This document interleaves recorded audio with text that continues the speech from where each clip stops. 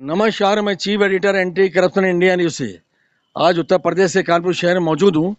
Police commissioner office में मैं देख रहा हूँ यहाँ पे काफ़ी पीड़ित आए हुए हैं और पीड़ित हमारे जो बीच में हैं, इनका क्या प्रकरण है मैं जानता हूँ इस पीड़ित परिवार से। आज जो इनके अधिवक्ता मौजूद हैं, मैं उनसे ही जान लेता हूँ इन्हें क्या इस प्रकार की जानकारी है, उससे अवगत कराएं। आपका क्या नाम है? जी, विश्वजीत पाल है। पाल जी, आप यहाँ कमिश्नर ऑफिस आप आए हुए हैं, आपका क्या प्रकरण, क्या मामला है? आप क्या अवगत कराने के लिए आए हैं कमिश्नर साहब को? जी, आप जो हैं मेरी मुवक्किल हैं और मैंने एक एप्लीकेशन दिया था यहाँ पे कमिश्नर साहब के यहाँ कि जो इनके द्वारा एफआईआर दर्ज करवाई गई थी, उसमें एफआईआर की विवेचना सही ढंग से नहीं की गई। उसमें जो विवेचनाधिकारी हैं, उन्होंने बैंक मैनेजर को नहीं, नामित नहीं किया। आपने किस प्रकरण की जानकारी दें, प्रकरण क्या है, आपके साथ क्या ट्रेजेडी हुई है और किस तरह एफआईआर हुई है, उसकी जानकारी दें। इनके साथ जो है लोन करवाने के नाम में ठगी हुई 6.25 लाख रुपए की, ये प्रकरण था। किस बैंक से संबंधित मामला है? ये बैंक ऑफ बड़ौदा है, शाखा चमनगंज। ये किन लोगों ने इनके साथ फ्रॉड किया और किस तरह फ्रॉड किया, उससे अवगत कराएं। ये मोहम्मद अहमद जमाल है, रहमान है और जो बैंक ऑफ बड़ौदा के मैनेजर साहब उन्होंने इनके साथ फ्रॉड किया है।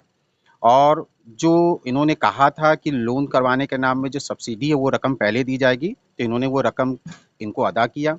लेकिन जब लोन नहीं हुआ तो उन्होंने उनसे कहा कि हमें लोन नहीं करवाना है, आप मेरा पैसा वापस कर दीजिए। जब उन्होंने पैसा वापस नहीं किया तो फिर इन्होंने एफआईआर दर्ज करवाई। एफआईआर दर्ज करवाने के बाद ये एफआईआर जो दर्ज कराई, ये डायरेक्ट थाने से हुई या किसी अधिकारी से या कोर्ट के द्वारा आपने कराई? ये डीसीपी सेंटर साहब के आदेश पे हुआ था। तो इस पे मुकदमा पंजीकृत हुआ, इसमें कितने मुलजिम हैं? इसमें 2 मुलजिम हैं, एक मोहम्मद अहमद जमाल है और एक रहमान जी है।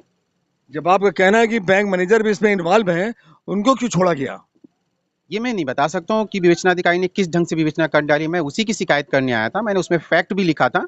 तो यहाँ कमिश्नर साहब के यहाँ मौजूद जो आज कार्याधिकारी हैं एसीपी साहब, उन्होंने एप्लीकेशन पढ़ने के बाद कहा कि मैं ये एप्लीकेशन नहीं लूँगा, आप न्यायालय में जाके अपना बल दीजिए। मेरा ये कहना है कि यदि 173(8) में आपको पावर है तो आपको अग्रिम विवेचना करवाना चाहिए था, पीड़िता की एप्लीकेशन लेनी चाहिए थी, लेकिन उन्होंने एप्लीकेशन तक नहीं लिया। मैं इस बात के लिए बहुत क्षुब्ध हूँ। जिस तरह आप अवगत करा रहे हैं, अधिकारी को आपको संज्ञान मैटर दिया, उसके बाद उन्होंने इसको टालने का प्रयास किया, तो ऐसा प्रतीत होता है वो कोई कार्रवाई करना नहीं चाहते हैं। फर्दर आगे मान लीजिए वो कार्रवाई यहाँ से नहीं करना चाहते हैं, और अगला स्टेप आपका क्या होगा? मैं इस बात की जानकारी माननीय मुख्यमंत्री महोदय जो उत्तर प्रदेश शासन के योगी आदित्यनाथ जी हैं, मैं उनको बताऊंगा सारी बातें मिलकर। जैसा इनका कहना है कि मैं अपने इस प्रकरण को यहाँ के मुख्यमंत्री को अवगत कराऊंगा ताकि इनके क्लाइंट को न्याय मिले, और मैं भी अपने चैनल के माध्यम से इनकी बात को आला अधिकारियों तक पहुँचाऊंगा और यहाँ तक मुख्यमंत्री तक पहुँचाऊंगा ताकि वो संज्ञान ले और पीड़ित को न्याय मिले। और मैं देख रहा हूँ कमिश्नरेट हो जाने के बाद से पीड़ित को न्याय नहीं मिल रहा है और इस तरह दर दर भटक रहे हैं और अधिकारी भी संज्ञान नहीं लेते हैं। इस तरह पीड़ित नर्वस हो जाते हैं और कार्रवाई उनकी नहीं हो पाती है और वो दर दर इसी तरह भटकते रहते हैं। और कुछ बताना चाहेंगे चैनल के माध्यम से हमारे? जी, मैं ये बताना चाहूँगा कि ये ज़रूर डायरेक्शन दिया जाना चाहिए कि कोई भी पीड़िता एप्लीकेशन देने आती हैं, तो उस एप्लीकेशन को तो लेकर उस पर जो भी कार्रवाई होनी चाहिए, उसको करवाना चाहिए। लेकिन पीड़िता उपस्थित आने के बाद उसकी एप्लीकेशन को लिया ही नहीं जाए और उसको वापस कर दिया जाए, इस पर सर कोई ना कोई कार्रवाई होनी चाहिए।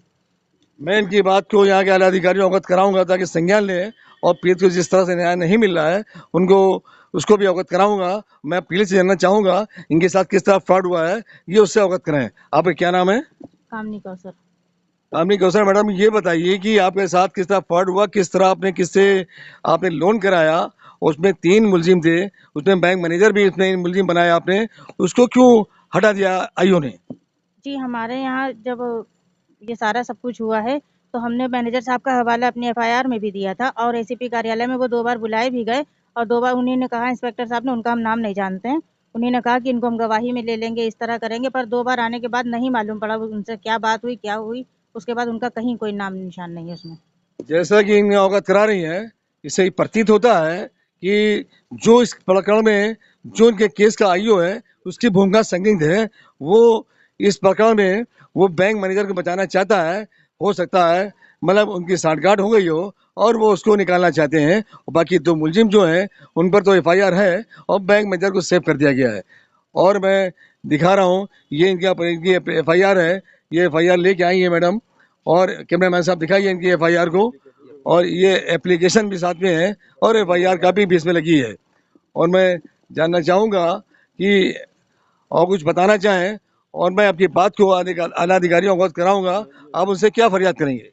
मैं बस यही निवेदन करूंगा कि आला अधिकारी जो मौजूद है कमिश्नर साहब के यहाँ, उनको डायरेक्ट किया जाए कि कोई भी पीड़ित आता है उसका एप्लीकेशन ले, उनको वापस ना करें, उसमें जो भी जांच आए उस जांच के हिसाब से उसमें कार्रवाई करें। जैसा कि मेरा कहना है कि जांच के हिसाब से कार्रवाई होनी चाहिए। मैं जेन्युइन मैटर लेके आया था, मेरे मैटर को संज्ञान नहीं लिया गया और मुझे इस तरह वापस कर दिया गया। मैं फर्दर इस प्रकरण को यहाँ के आला अधिकारियों अवगत कराकर उनसे इंसाफ की मांग करूंगा और अगली अपडेट में किसी नए प्रकरण से अवगत कराएंगे। जब तक कि राष्ट्रीय अंतर्राष्ट्रीय खबरों से बने रहिए एंटी करप्शन इंडिया न्यूज के साथ। मैं chief editor Athar Hussain, anti corruption से, साथ में कैमरामैन साहिद अंसारी। नमस्कार, जय हिंद।